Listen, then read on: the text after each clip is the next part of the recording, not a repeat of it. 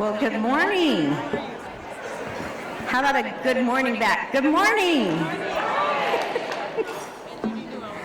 Thank you for being here this morning. You're starting a little bit earlier, but you do have a little bit of breakfast. Those continental breakfasts are getting slimmer and slimmer, so I know, but I really appreciate you guys being with us this morning. And welcome to day 2 of the conference. My name is Tamara Kuller. I'm the CEO at RTFH, as many of you know. And again, I just want to welcome you and thank you for being here today. And thank you for getting up early. These are like the early people to the meetings, right? You always get the best parking spots, you get the best seats. If you're like me, you get here early so you can be in the back row. I see you, right? That's how we show up. But I really appreciate that we've had over 1,000 people register for the conference. Our lunch was a full house, so we know you are participating, showing up, and hopefully building your networks, building your camaraderie in this work, and learning and listening and growing together. Yesterday, we kicked off things with a policy conversation from our national leaders, and today we're going to focus on the state, because our work is sort of layered in. We start with federal, then state work, and then local, and all of that work, their policy, the way that they fund our work, do our work, is important in the way that then you perform the roles that you do in addressing homelessness. So I'm incredibly honored to have this incredible panel to come and talk to us today. And it's going to be facilitated and moderated by Helene Schneider, a dear friend, senior regional advisor, late night texter with me from USICH. And I'm going to turn it over to her. Thank you. Thank you, Tamara. Good morning. So I asked someone from RTFH last night how many staff work, and I think I heard when it's fully staffed around 30. Is that right? 30 people? So think about this conference, 1,000 people, the level of panelists and number of activities, plus they had to do all the regular work about preventing and ending homelessness in San Diego County on top of that. So really just want to express our appreciation to everyone on the team at the Regional Task Force on Homelessness. If we could just please acknowledge our appreciation to them. And it's been an honor here to connect with each of you. And as Ian said yesterday, this is weird to have a conference at this level of expertise specifically for local day-to-day workers, and to thank you for the work that you do. And what we're hoping to do today with this panel is put it into context about what the heck we do at the federal and state level in this big picture, and what does that mean for you on a day-to-day basis. I'm going to take just a few minutes to give a little additional information from yesterday about the federal role, and then as it rolls right in to our panelists and have them introduce themselves, talk about their work, and then how it all interconnects with each other. You know, we talked about a lot of headwinds, right, and a lot of challenges in front of us, and choices that we make, and it's all about making choices, and in terms of your budgets, in terms of your activities, how you spend your money. I do want to highlight a couple of bright spots that we're seeing nationally that also relates to San Diego County. The VA, for example, they had a goal to house 38,000 veterans in 2023 by the end of this year, and they've already exceeded that number 2 months in advance. So that is over 38,000 veterans around our country who have been housed. 96% of them have been stabilized and remaining in their housing. So they're not only looking at getting people housed, but keeping them happily and stabilized in housing and not falling back into homelessness. That means that there's an 11% reduction in veteran homelessness since 2020 and a 55% since 2010. 55% of veterans' homelessness is down since 2010. So if we can do that here, we can, in that population, with those resources, with that coordination, I think we can do that with many other subpopulations as well. So my job, I'm a senior regional advisor. I cover the state of California. I live up in Santa Barbara. I connect with communities all across the country, all across the state, and connect what goes on in Washington, D.C. with California. And one of the issues, and we'll talk about this in the panel, has to do with All Inside, which is a place-based initiative that's focusing on a lot of bureaucracy busting. I call it a lot of wonky stuff, looking at how we can deal with regulations that may be crossing each other in a way that doesn't work and try to break down those barriers. And California as a state is one of the places that we're looking at. So we have some statewide folks to look at how does that all interact with each other, especially as it relates statewide to veterans, to older adults, and to unaccompanied youth. USICH also, I just wanted to alert us that we also put out just this past week a research agenda called From Evidence into Action. And it's really a call to action to communities, to academics, to people who can fund new sources of research around both what would it take to prevent homelessness and what would it take to end homelessness. And the idea behind it is to use good data and good information to tell our story, and also to do the work, and also to have your back, so you know that the work that you do each and every day is based on best practices, that when there are issues that come up in public hearings that maybe bring up misinformation, that you have the data and the resources behind you to back you up. So do look for that in the USICH website. But we do have some challenges, right? There was a recent report from HHS and their Office of Behavioral Health, Disability, and Aging. They're addressing homelessness among older adults. It is the fastest growing age group of those experiencing homelessness, comprising of nearly half of the homeless population, according to Dr. Kushel in her report in 2022. And the numbers are expected to triple by 2030.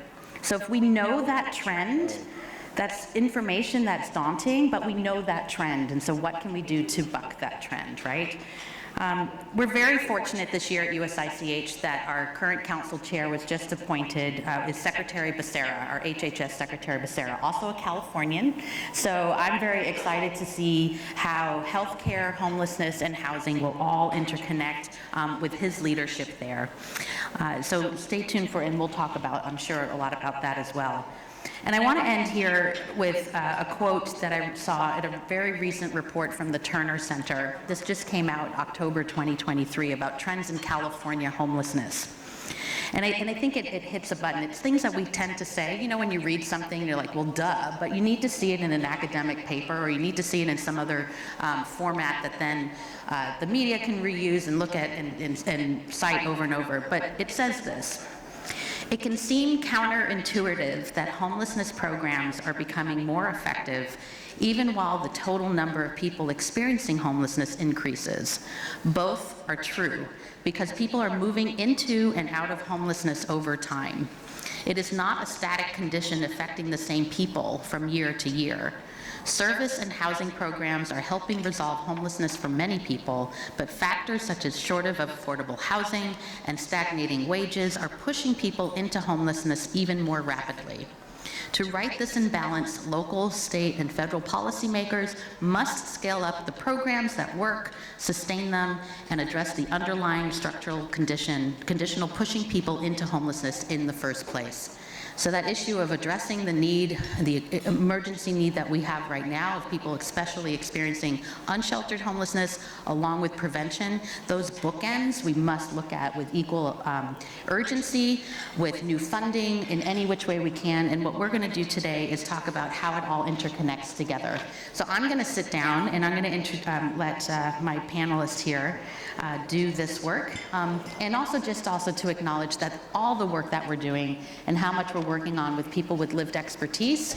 And I really want to acknowledge the theme of nothing about us without us, and to bring in the voices of people who have been on the streets, the voices of people who have experienced things in ways that work and ways that don't, and to honor and respect those voices. And that's a lot of, I think, of what we're trying to do here today as well. So I'm going to sit down, and I'm going to start with Dashika Wakima, who is our amazing Deputy Secretary for Homelessness for the state of California. Dashika. Thank you, Helene. Can you guys hear me?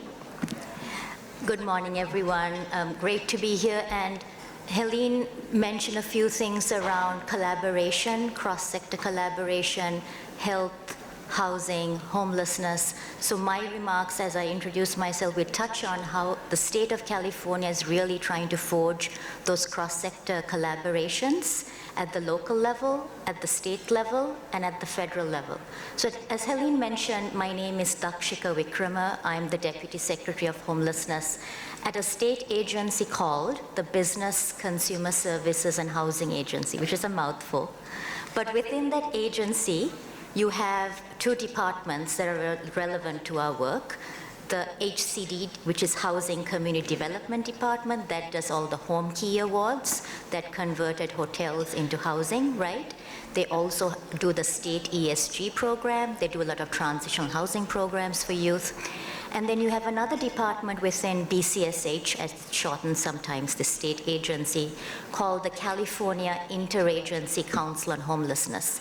And many of you may be aware of that department because that department provides formula grants such as HAP, the Homeless Housing and Assistance Program, and that formula grant goes out to all 58 counties, all 44 COCs in California, and the 14 big cities. Those are cities with population above 300,000. San Diego is one of those.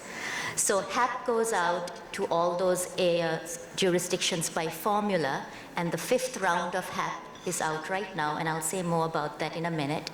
And we also have competitive grants called the Encampment Resolution Fund, and that notice is out right now as well. Those proposals will be due in the next year, end of January, and on a rolling basis, there's almost 300 million available for people to really provide services to targeted encampments and put them on a pathway to stable, dignified housing, and all that comes with it, which you know more about than I do. So part of what we're doing, though, how are we trying to forge cross-sector collaboration with the HAP program, with this 5th round that we have right now? For the very first time, take San Diego, there's a county, there's a city, there's a COC. They will all have to work together and submit a joint application. And when they submit that joint application, they need to accompany that with a regional MOU that outlines the roles and responsibilities of the city, the county, and the COC. So that's one way we really want all of you to be talking to each other and working together and submitting joint proposals to the state. The other thing is data. We collect data through the COCs, and then we aggregate the data at the state level, and we provide that baseline data back to the local governments because we want you to measure your system performance. So there are 6 system performance measures: how many people are unsheltered, how many people are returning to homelessness, how long does it take to get into permanent housing, how many people got into permanent housing. And this is important. Each data point has an equity measure related to it because we want to measure and track racial equity performance as well. So those are the grants and how we are really trying to forge collaboration between health, human services, and housing at the local level through our grant making. Then at the state level, we have a council that is chaired by the Secretary for Housing and Homelessness and the Secretary for Health and Human Services, because again, we are trying to connect the dots at the state level across agencies. There are 4 agencies and 14 state departments on this council. They convene once a quarter, every quarterly over the year, and we have a state action plan. As Helene mentioned prevention and the bookends, the state action plan is organized by 5 action areas: prevention, interventions for unsheltered people, interim housing, permanent housing, and strengthening systems. And once again, because we want our work to be really informed by lived experience, we have a lived experience advisory board and an advisory committee with community leaders to really help the work of the state around the cross-sector collaboration. And then the last thing, as I end my kind of introduction here, is how we really relate to the federal government. So Helene mentioned All Inside. State of California is one of the jurisdictions that is part of this effort. We have decided to take a person-centered approach, and we are focusing on 3 populations: young adults or youth aged 18 to 24, veterans, and older adults 50 plus. Why 50 plus? Because the research shows that when you're homeless, you present as someone who's 10 to 15 years older medically. So that's why we're using 50 plus as the marker for older adults that are homeless. And we are hoping to really work together with the feds to identify barriers that are preventing you on the ground from helping your clients access housing and services quickly and in an effective manner. And we are hoping to work with the feds then to undo some of those barriers, to provide more kind of ability for you to do your work in the best way possible to serve Californians. So those are three ways where we are hoping at the state through our grant making to help locals really work together and do cross-sector collaboration, work with the managed care plans, which Glenn will talk about in a minute, and then at the state level to really break down silos through our state action plan so that we are all working together and not working in our silos, and then working with the federal partners to really, again, break down barriers so that our locals can really do the work the best way they can. So thank you, and looking forward to answering questions later. Great, thanks. Glenn, why don't we go to you? Hi, everyone. Can everyone hear me? Sorry, not used to talking into a microphone, so bear with me here. Before I get started, I just want to say I'm very excited to be here, and I just feel a lot of gratitude and honor to be in front of you all, just recognizing all the work that is being done in this room and out there on the front line. So I just wanted to say that real quick. It's not easy work, so just a lot of gratitude for all the work that you're all out there doing and trying to make a difference. So my name is Glenn Sang. I am the Policy Advisor for Homelessness and Housing at the California Department of Healthcare Services. My position is pretty new to the department. I'm 5 months into the job, also very new to California. The reason why I mention that, it's because our department, DHCS, is just further reaffirming that, homelessness, it is a top health issue that we're looking to address. With my position, it's also very representative of the direction our department is taking in our CalAIM efforts, otherwise known as the California Advancing and Innovating Medi-Cal, trying to get my acronyms out there. And it's really meant to just address social drivers of health.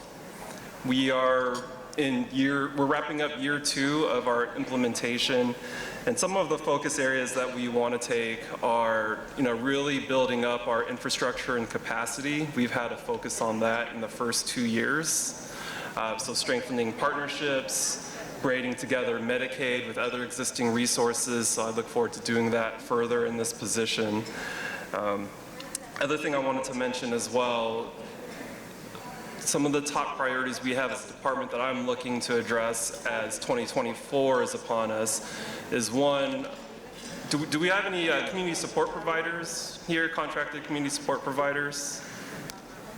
Yeah. All right, glad to see. And I wanted to say that one thing that's on our radar is to increase or more standardization to reduce administrative burden at the local levels, making things more streamlined. It is, a long process as the health is a new player to this world. So, just strengthening that partnership, streamlining it, but also doubling down on CalAIM. We have community supports. Community supports is our answer to addressing those health-related social needs that our homelessness population faces. We have new things coming online beginning in 2025, such as transitional rent. That's pending CMS approval. CMS is our federal authority.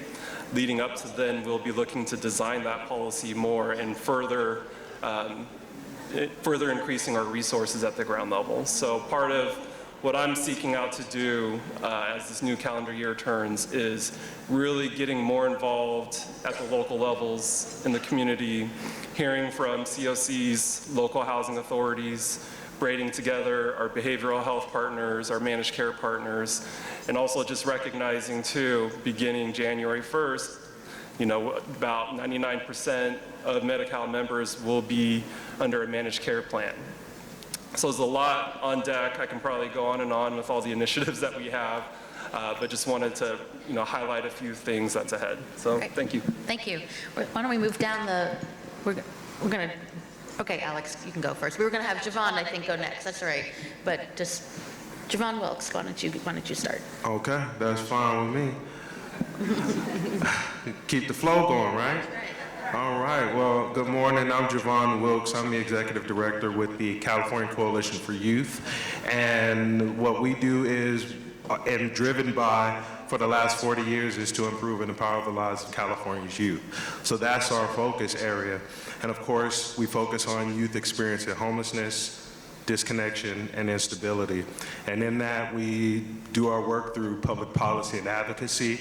So Glenn, you go hear from us in regards to how, youth are going to be able to benefit from the housing opportunities through Medi-Cal. So we track those things, and we do that with the membership.